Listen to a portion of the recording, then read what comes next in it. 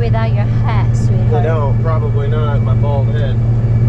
So anyway, yeah, we're down to it. We saved the best farm for last. It's the home farm. Yeah. The home farm. I don't know why.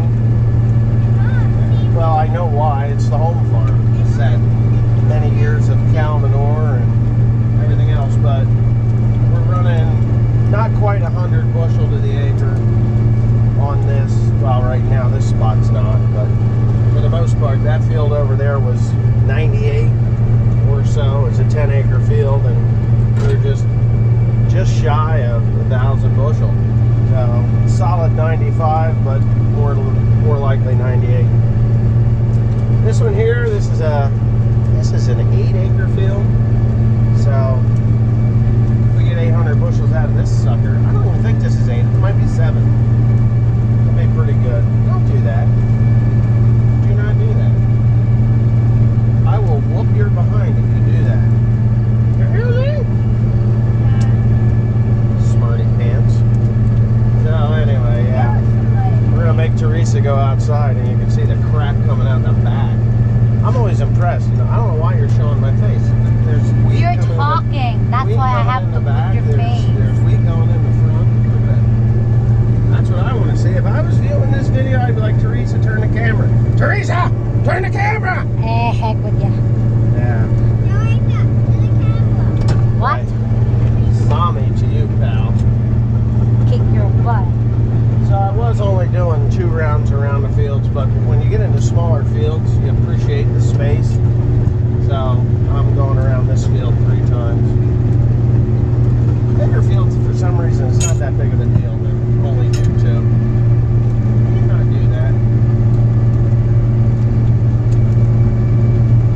He listens so well. Yeah, it reminds me of someone I know. Listens Yourself. so well.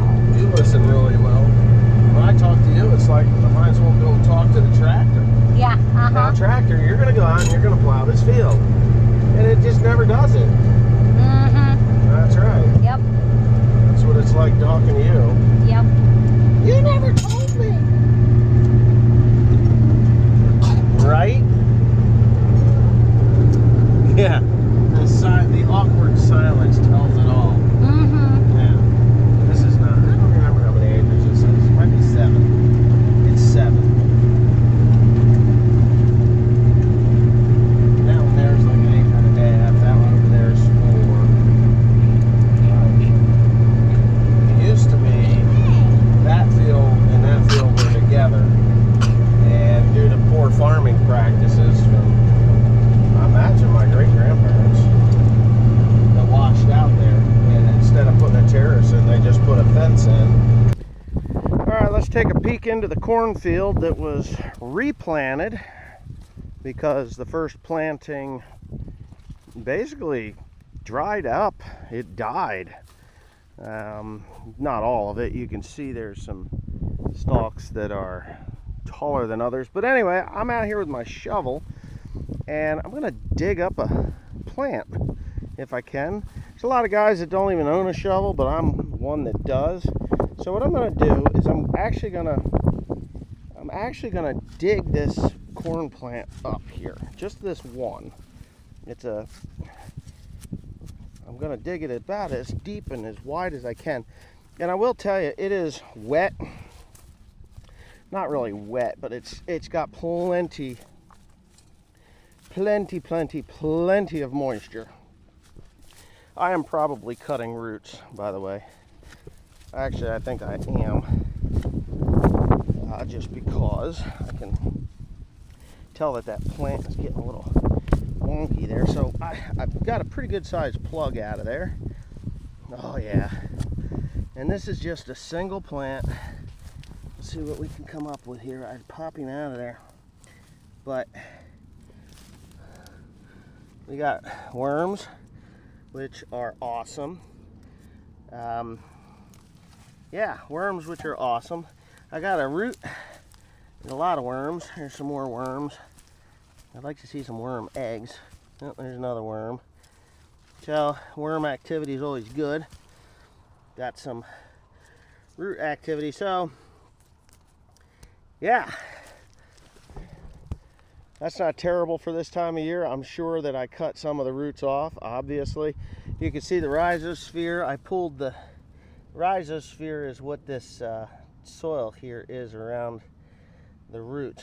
When I pulled it up, it actually stripped that away. The rhizosphere is the bacteria, the fungus, and everything else that's doing its thing there. But for something that was planted on June 18th, I don't think that's too terribly bad. Look at this guy. He's in there. He's like, what the fuck are you doing to me, man? So I'm a worm and I don't like being disturbed. So those roots naturally are, you know, going down, doing their thing. I think they're pretty good for this time of year. We got the hairy roots are coming up. You can see those that are coming up to the surface. When it was so dry, and I mean so dry, this was dust. I actually planted into dust. Okay, so I came out here when I realized that this was just absolute garbage, and I ran my VT back and forth over this field a couple of times, and the dust was so bad that I was afraid I was going to have cars having accidents out on the road over there. So I kind of worked the ground up there. So I'm into a survivor spot here where the original planting had survived. And honestly, this is an original planting right here. Some of these that you see, I split the rows when I went down. I didn't go straight, so I've got those split rows. And you can see that it's not even that the new planting, which was planted on, I'm going to say the 16th or so of May, the new planting that was planted a little more than a month later on the 18th of June is far surpassed it. It is going to surpass it. So I'm not afraid that I'm going to have issues, if I'm going to have issues, but what I am going to do is I'm going to dig up one of these plants that actually survived. I'm not going to be very nice about this one because it doesn't much matter. I'm just going to go ahead and get in there and root that sucker out and see what the root difference is. There should be a difference, a pretty good difference, because this went through 6 weeks of zero rain. So you see the difference? 6 roots of 0 rain did. Obviously the root mass is much bigger. Going out here, I'm tearing out the finer roots. Looks like there's some compaction down in there, but I don't know. I got a lot of good aggregate here from the soil health or the soil life. Oh my goodness.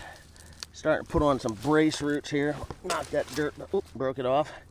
I'm really interested in the root ball more than anything. So there it is. See how much deeper those roots went? A lot more finer, hairier roots on this stalk than there was on the other one. That could be from the age or whatever. I didn't see any worms.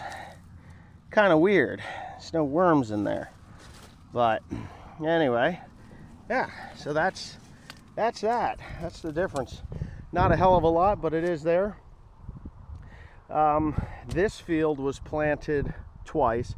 The field on the other side of that road over there, that was planted once, and that corn is all, it struggled just like this field did, only that one had a good stand where this one did not.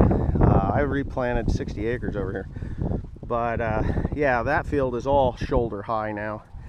I'm kind of happy with the way it's going. It's going to be a bit of a trick to combine some of this replanted ground. I did replant around 200 acres. And when you replant around 200 acres, that's 200 acres of a mess that you got to deal with. Actually, I'm wrong. I replanted around 250 acres. Now you can see how much moisture was in that soil. So I want to kind of reiterate some of what I showed the last time I was on here with the lower leaves showing a deficiency in potassium. And a few of my subscribers says, hit that with nitrogen. Hit it with nitrogen and that'll straighten it out. Well, okay, You're right. So I knew the potash was there, and I'll show you what I was talking about, because when it was so dry that this corn went into like a water shock. So this is an obvious wet spot in the farm. And that's what every acre, at that point, I had 1,300 acres of corn that all had this lower leaf thing going on, right? It all looked like this. And it had that added purple look to it. So it went into that water shock, or the water had flooded the roots and caused it to just be deficient or show deficiencies. This end of the field is wet because of that driveway. You can see the yellowing there, and there's another wet spot out there. When it was so dry, that was the corn. This was the corn that looked better. This is a replant. You wouldn't know it. You wouldn't know that it was a replant because, well, let's face it, you don't see 2 rows. This was not done with GPS. This was done free-handed, and you just don't see 2 rows because they didn't grow before I replanted them. But yeah, look at this stuff.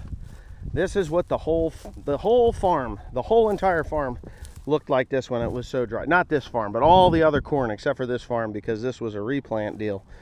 You could see just all that yellowing there. And yeah, so I came back in and I put another 80 units of nitrogen down. Yeah, 80 units, because I'm certain that some of my nitrogen burned off or vaped off. Not because it was hot, not because it was wet and it washed away. It's because it was so cold and dry, it just never went into the soil. There was nothing to bring it into the soil. So I'm actually putting the last buggy load of fertilizer on when I get to the field. Timothy took it up there, and I'll take you there. That is a replant as well, and it's a replant, but it's a replant, but it looks okay. And actually, I was thinking that, look at that wet spot. You can see how that wet spot extends out through there. That's going to really actually hurt the yield on all of it. So a week ago, it looked twice as bad as it does today. Today, it looks pretty damn good.